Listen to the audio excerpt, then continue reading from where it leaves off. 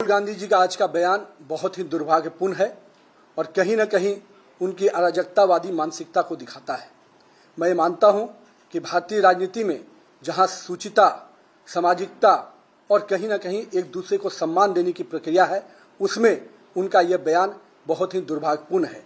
मैं मानता हूं कि लगातार हो रही हार, निराशा कहीं न कहीं उनके स्वभाव और उनके चरित्र में दिख रहा है और यही हताशा और निराशा आज उनके इस सब तरह के शब्दों के बयान आ रहे हैं। मैं पूछना चाहता हूं राहुल गांधी जी, आपके पूर्वजों ने इस देश की जमीन और जमीर को हमेशा गिरवी रखने का काम किया, कभी हमारे सैनिकों के मनोबल को बढ़ाने का काम नहीं किया, लेकिन हमारे यशस्वी प्रधानमंत्री श्री नरेंद्र मोदी के नेतृत्व में इस देश की जमीन भी सुरक्षित हुई और देश के लोगों का जमीर भी मजबूत हुआ। और कहीं न कहीं आपके शासनकाल में आपके लोगों ने जब जब इस देश में राज किया, इस देश में करप्शन के रूप में पूरी तरह से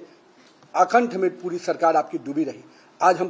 करप्शन पे जीरो टॉलरेंस की नीति पे काम करते हैं। आज हमारे देश के यशस्वी प्रधानमंत्री के नेतृत्व में आतंकवाद जैसे चीज़ों पर पूर्ण रूपेण लगाम लगाने का काम किया और हमारे पड़ोसी भी आज हमको कहीं न कहीं हमारी इस नीति से नतमस्तक नजर आते हैं। और किस प्रकार से आप शब्दों का प्रयोग करते हैं, जिन शब्दों का आप प्रयोग कर रहे हैं, क्या नक्सलवाद खत्म करना गद्दारी है? क्या इस देश की जमीन को सुरक्षित रखना गद्दारी है? क्या इस देश के तिरंगे का सम्मान पूरे विश्व में बनाना गद्दारी है? अगर ऐसे शब्दों का आप प्रयोग करते हैं तो मुझे समझ में नहीं आता कि आपके पूर्वजों ने, आपके